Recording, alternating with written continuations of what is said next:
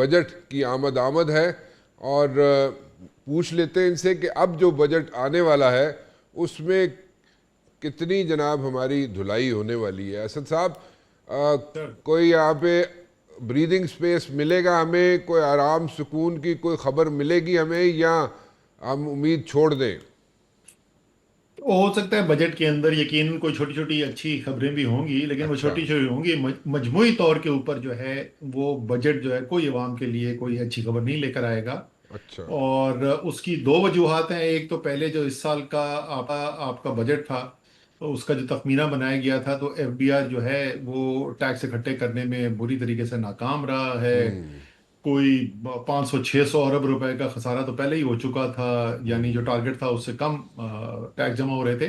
तो एक तो अगली दफा का जो टारगेट मिलने वाला है उसको पूरा करने के लिए आईएमएफ आपसे इसरार करेगा कि कोई या तो एग्जिस्टिंग जो टैक्स लगे हुए हैं इनकी शरह में इजाफा किया जाए या कोई नए टैक्स लगाए जाए। अच्छा। दूसरी वजह जो बनी है, ये जो डोनाल्ड ट्रंप और बेंजामिन नेतन्याहू ने जो दुनिया के ऊपर जुल्म किया है, सिर्फ ईरान के ऊपर नहीं, वो जंग जो शुरू करके उसके नतीजे में दुनिया में अफरात ज़र के अंदर इजाफा हो रहा है और पाकिस्तान के अंदर भी अफरात ज़र के अंदर इजाफा हो रहा है। हम्म। उसकी वजह से भी बजट के ऊपर प्रेशर आ रहा है। उसकी वजह से शरह सूद जो है, वो जो कमी मुतवक्का थी पहले वो नहीं हो रही है, ये भी मुमकिन है कि बढ़ा दी जाए।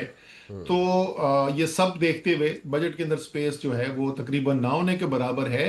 आप कह रहे थे छोटी छोटी खबरें हैं अच्छी, वो छोटी छोटी खबरें अच्छी सुनाई दे, छोटी छोटी सही नहीं नहीं तो नहीं, सुना मेरे दे। मेरे पास नहीं है, बट मैं ये कह रहा हूँ कि जब वजीर खजाना ने खड़े होकर वहां पे तकरीर करनी है ना, हाँ। और उसने उसके बाद वो टॉकिंग पॉइंट्स देने हैं वजारत इत्तलात को, हाँ। तो उसने को दो तीन अच्छी चीजें जरूर उसके अंदर डालनी है। हाँ। तो वो कहानी जो है वो तकरीबन ऐसी होगी कि उसमें आपको बताया जाएगा कि जी ये 10 रुपए आपकी दाईं जेब के अंदर डाल दिया गया है। हाँ। और अगले दिन के आप जो तफसील पढ़ेंगे तो फिर आपको पता चलेगा अच्छा बाईं जेब से 100 रुपए निकाल भी लिए गए। अच्छा।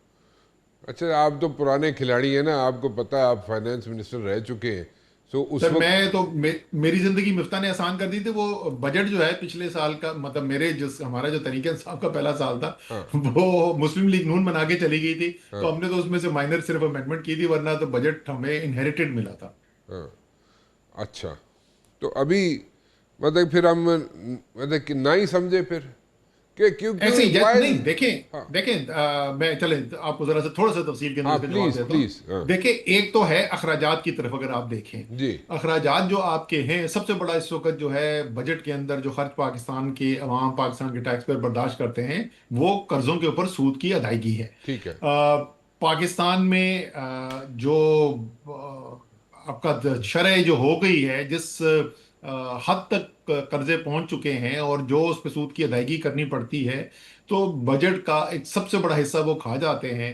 अगर यही हालात हो किसी प्राइवेट कंपनी की, तो वो प्राइवेट कंपनी बैंकरप्ट हो रही हो, तो फिर क्या करता है बैंकर? बैंकर फिर उनके साथ बैठता है और वो कहता है हाँ। कि अच्छा ठीक है, हमें नजर आ रहा है ये पैसा हमारा सारा डूब रहा है, तो चले फिर ऐसा करते हैं यार, ये आपने मुझे जो 100 देने थे ना, तो 100 के बजाय आप मुझे 80 दे देना या 70 दे देना। हाँ। और 5 साल में देने थे इसके बजाय अब 10 साल दे देना, हाँ। जिसको रिस्ट्रक्चरिंग कहा जाता है बैंकिंग की इस्तेलाह के अंदर। ठीक। तो इस वक्त पाकिस्तान के जो कर्जाजात हैं उनकी रिस्ट्रक्चरिंग की जरूरत है। ये जो मौजूदा जो सूरत हाल है, उससे अवाम बिल्कुल पिस गए हैं। दूसरा, आपके जो बड़े अखराजात हैं, जो खसारा हो रहा है, आपकी जो स्टेट ओन एंटरप्राइजेज जो हैं, जो सरकारी कंपनियां चल रही हैं, उनके जो खसारे हो रहे हैं, सैकड़ों अरबों रुपए का वहां पर खसारा हो रहा है।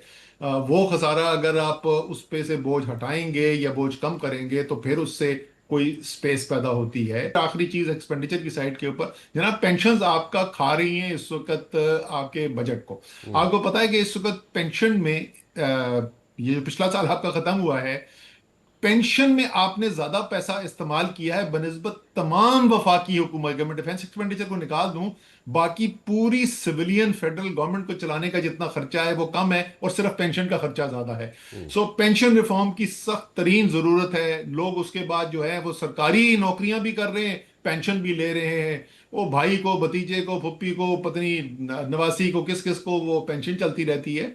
सो वो पेंशन रिफॉर्म की सख्त जरूरत है। ये तो तीन है एक्सपेंडिचर की नहीं, साइड पेंशन पे। पेंशन रिफॉर्म में क्या किया जाए? मतलब भाई फूफी भतीजे को ना सर भर्ती एक तो किया जाए? एक तो जाहिर है, देखिए दो चीजें जैसे मैंने ऑलरेडी बोल दी ना कि आपको लिमिट कर, नॉर्मल जो पेंशन का जो सारी दुनिया के अंदर निजाम होता है कि आपके जो इमीडिएट बेनिफिशियरी होता है उस इमीडिएट बेनिफिशियरी को मिलता है। और बहुत से बहुत ये है कि आपके अगर बच्चे हैं जो कि 18 साल की उम्र से कम है, उनको मिल जाता है। उसके बाद जो है वो पेंशन के अंदर, अब पेंशन का निजाम तो और बदल गया है। देखें ये जो सिस्टम है ना, इसको बोलते हैं डिफाइंड बेनिफिट, यानी आपको पेंशन कितनी मिलनी है वो डिफाइन किया हुआ है, उसके अंदर वो मुतय्यन किया हुआ है। दुनिया मूव कर गई है डिफाइंड कंट्रीब्यूशन में, तनख्वाह में से कटेगा, वो इन्वेस्टमेंट के लिए लगा दिया जाएगा, उसमें से जितना रिटर्न आएगा, ज्यादा रिटर्न आएगा आपको ज्यादा पेंशन मिल जाएगी, कम रिटर्न आएगा तो कम पेंशन मिलेगी। या जैसे वो ज्यादा बारिश होती है तो ज्यादा पानी आता है, तो वैसे ही अब सिस्टम पे चले गए। अब कंपनी जो है वो उन्होंने ये अपने ऊपर जो है वो बोझ लेना छोड़ दिया अपने ऊपर, क्या आने वाली नस्ल के ऊपर वो बोझ है ना। मुल्क के लिहाज से अगर आप देखें तो पेंशन रिफॉर्म की बड़ी सख्त जरूरत है। ये तो हो गया एक्सपेंडिचर वाली साइड, अब रेवेन्यू की साइड के ऊपर आए। यार वो कहते हैं कि स्पेस बहुत कम है क्योंकि आईएमएफ के टारगेट्स हैं। भाई आईएमएफ ने ये कब कहा है कि बड़े बड़े जागीरदारों से टैक्स ना लो?